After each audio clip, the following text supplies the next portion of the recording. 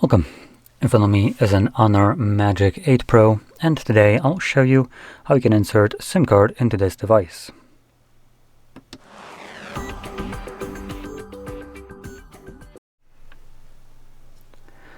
So, to get started, you will want to grab a SIM eject tool similar to this one, which will come provided with the device in the box. But if you can't find it, you could also use a paperclip. Straighten out one of the ends, and as long as it doesn't have that plastic little wrap around it, it should work just as well. And one more thing is, when it comes onto the actual tool, typically it will look something more like this. So this is kind of more traditional look. Anyway, so once you have either one of those, you can pop out the tray, which is located at the bottom of the device, right over here. Now we have two little areas which look like you could insert this tool into. So the one that is closer to the edge is the one that you're looking for, part of this cutout. If you put it in here, that's a microphone, but don't worry, you're actually not poking it out, so you don't need to worry too much.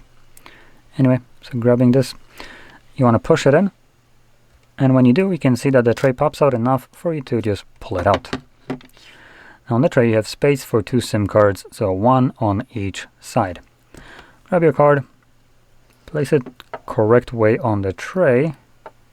So this is for me how it's supposed to go. Just get rid of maybe the light so it's not like interfering. There we go. So that's how it looks like.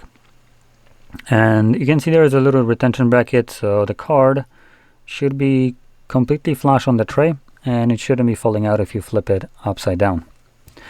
Now I do want to point out one more thing. The bottom tray has two functions. One is for a SIM card, physical SIM card, and if you're planning to use eSIM, then this tray becomes deactivated, the bottom one.